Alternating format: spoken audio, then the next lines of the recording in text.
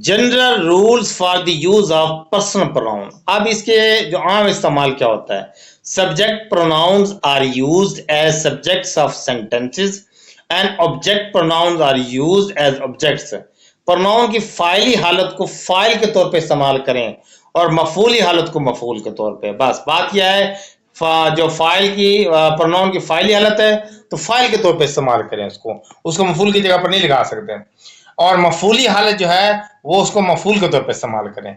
Salim is my friend, he plays in the evening.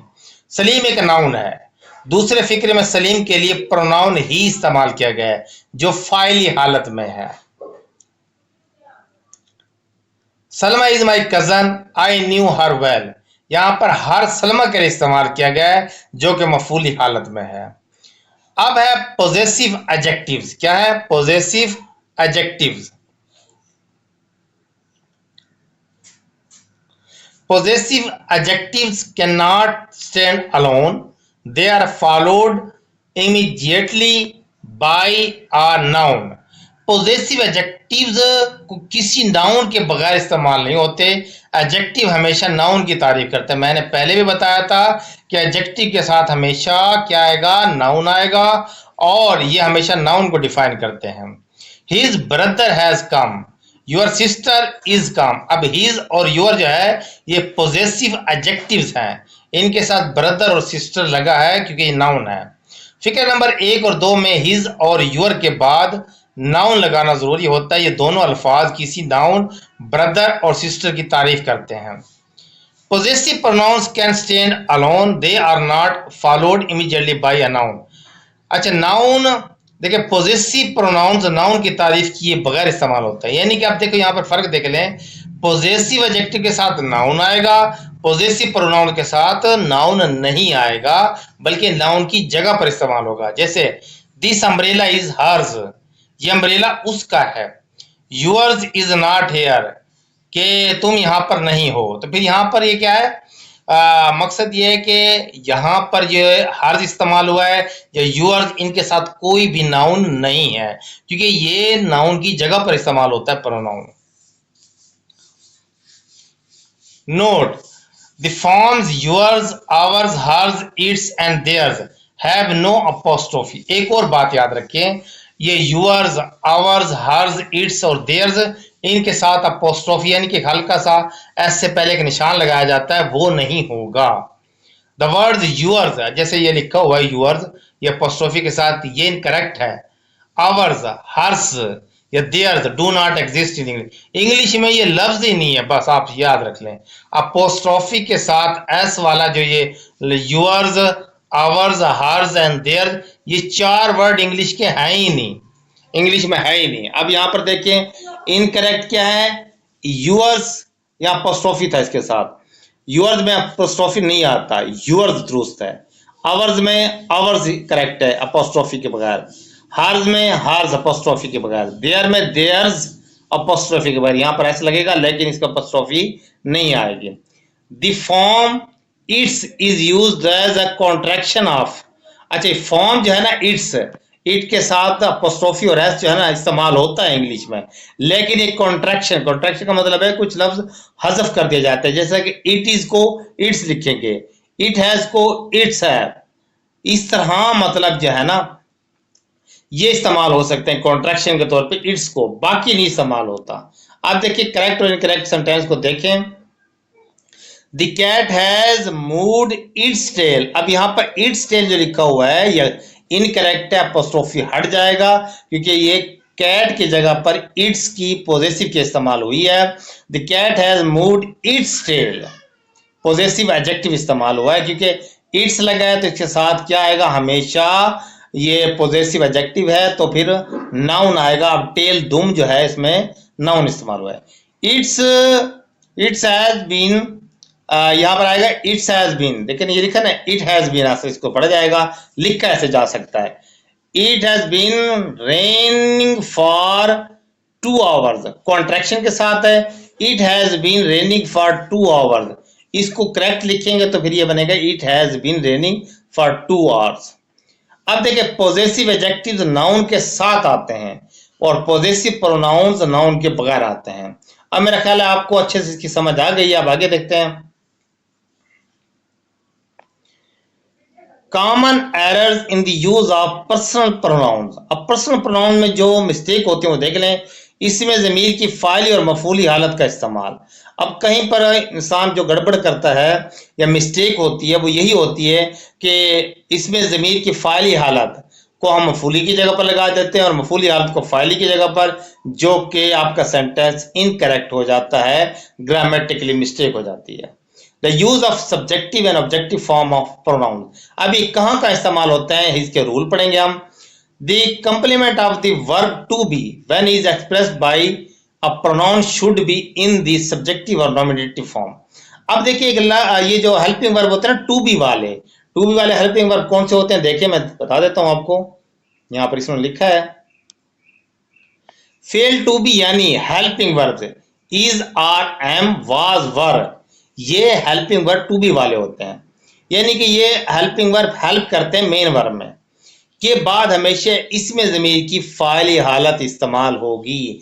अब ये आप बात याद रखें, ये जो हेल्पिंग वर्ब होते हैं इनके बाद अगर फौरन प्रोनाउन लगाना पड़ जाए तो कौन सा लगेगा, सब्जेक्टिव केस, फ़ाइली हालत लगेगी, याद रखना। फिक्रे के अंदर अगर हेल्पिंग वर्ब के बाद प्रोनाउन लगाना पड़ जाए तो इसकी फ़ाइली हालत लगाएं। फेल टू बी के अलावा हर फेल के बाद इसमें ज़मीर की मफूली हालत। लेकिन अगर ये helping verb fail to be वाले ना हो तो फिर मेन वर्ब आ जाए, एक्शन वाला वर्ब आ जाए, तो उसके बाद आपने क्या करना है, मफूली हालत लगानी है ऑब्जेक्टिव केस। अब देखो थोड़ी सी कंफ्लिक्शन है, आपका जो सेंटेंस है वो करेक्ट से इनकरेक्ट हो सकता है, इनकरेक्ट से करेक्ट हो सकता है। वो कैसे, देखें फ़ाइली हालत कौन कौन सी हैं, I, we, you, he, she, they, it. और मफूली हालत है मी, अस, आई की मी, वी की अस, यू की यूर, यू, यहां पर यूर नहीं आएगा, यू आएगा क्योंकि ये पॉजेसिव एडजेक्टिव है। यूर की जगह यू आएगा, यू दोनों की एक ही हालत होती है। लेकिन आपको सिर्फ और सिर्फ यहां पर पता होना चाहिए कि मेन वर्ब आ जाए तो आप मफूली हालत इस्तेमाल कर रहे हैं यू की, और जब हेल्पिंग वर्ब आ जाए तो आप यू की सब्जेक्टिव के इस्तेमाल कर रहे हैं। ही की हिम, शी की हर, दे की देम। तो ये जो है ना, और इट की इट आएगा, इट की इट ही आएगा, इट इज देम। अब देखिए fail to be, is, are, am, was, were, ये है, ये इस्तेमाल हो जाए। अब इनके सेंटेंस आप पढ़ेंगे तो आपको खुद ब खुद समझ आ जाएगी। इट इज देम ये इनकरेक्ट है, क्यों, क्योंकि इज इस्तेमाल हुआ है तो इसके बाद सब्जेक्टिव केस इस्तेमाल करनी है, और देम की सब्जेक्टिव केस फ़ाइली हालत दे है। इट इज दे ये करेक्ट है। It is them who are ill, it is they who are ill. आपने पढ़ा है कि फेल टू बी या हेल्पिंग वर्ब जो होते हैं उनके बाद जब भी कोई प्रोनाउन की हालत लगानी पड़ जाए तो सब्जेक्टिव केस या फ़ाइली हालत लगाएंगे। अब आ जाते हैं आगे। When pronouns are used with then or as to express comparison, usually we use the subjective form of pronoun. However, at one or two places we use the objective form of pronoun. मुकाबला करने के लिए आमतौर पर then और as का इस्तेमाल करते हैं। याद रखिए, मुकाबला करना है तो देन या एज को इस्तेमाल करें। अगर फिक्रे में देन या एज पाए जाएं और इनके बाद प्रोनाउन लगाना पड़े तो एक दो मकामात को छोड़कर इनके बाद हमेशा इसमें ज़मीर की फ़ाइली हालत यानी कि प्रोनाउन की सब्जेक्टिव केस इस्तेमाल करते हैं। आप याद रखें देन और एज के बाद सब्जेक्टिव केस आती है, लेकिन देन और एज के बाद ऑब्जेक्टिव केस भी आती है। वो कैसे आती है वो मैं आगे बताता हूँ। देन और एज के फौरन बाद क्या आएगा, सब्जेक्टिव केस आएगी, फ़ाइली हालत। I am taller than him ये इनकरेक्ट है, I am taller than he आएगा। ही क्या है, सब्जेक्टिव केस है। I am as happy as him, I am as happy as he. पहले फिक्रे में ही या अकेला ही ठीक है, ठीक है। ही इज भी लगा सकते हैं आप, ही इज दुरुस्त है, या फिर ही भी लगा सकते हैं खाली। अब है मफूली हालत का इस्तेमाल, ऑब्जेक्टिव केस का इस्तेमाल। The objective form of pronoun is used after let and between. अब देखो लेट और बिटवीन के बाद जब भी प्रोनाउंस की आप हालत लगाएंगे तो वो मफूली हालत आएगी, ऑब्जेक्टिव केस आएगी, याद रखें। देन और इसके बाद सब्जेक्टिव केस, और लेट और बिटवीन के बाद आपने ऑब्जेक्टिव केस लगाएंगे, इसमें ज़मीर की मफूली हालत। अब देखिए, let you and I go there, let you and me go there. Let और बिटवीन का आपने पढ़ लिया, इसमें के बाद जब भी इसके फौरन बाद क्या इस्तेमाल होंगे, पोजेसिव, ये ऑब्जेक्टिव केस इस्तेमाल होगी प्रोनाउन की। Let you and me go there आएगा।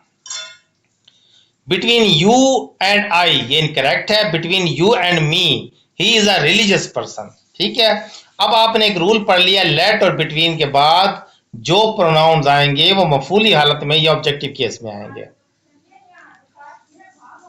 If both and all are followed by then, we use the objective form of the pronoun। अब देखो then के बाद ऑब्जेक्टिव केस भी आता है, लेकिन उसके लिए एक शर्त है, अगर then के बाद both या all इस्तेमाल किया जाए तो इसमें ज़मीर की मफूली हालत इस्तेमाल होगी।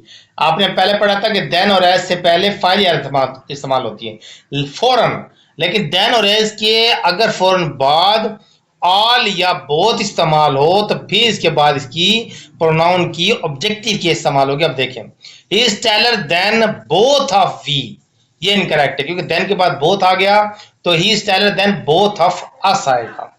ही is kinder than all of they, he is kinder than all of them. अब समझ आ गई आपको कि बोथ और ऑल अगर देन के बाद इस्तेमाल हो तो इसमें ज़मीर की मफूली हालत, लेकिन बोथ और देन इस्तेमाल ना हो तो देन के फौरन बाद सब्जेक्टिव केस इस्तेमाल होती है। The objective form of pronoun used after real verb. अब देखिए ऑब्जेक्टिव फॉर्म ऑफ वर्ब मफूली हालत कहां पर इस्तेमाल होती है, हकीकी फेलों के बाद, यानी हेल्पिंग वर्ब के अलावा जो फेल होते हैं उनके बाद अगर कोई प्रोनाउन लगाना पड़ जाए तो प्रोनाउन की मफूली हालत या ऑब्जेक्टिव केस लगाएंगे, यानी ऐसे फेल जिनकी 3 फॉर्म्स बन सकती हैं।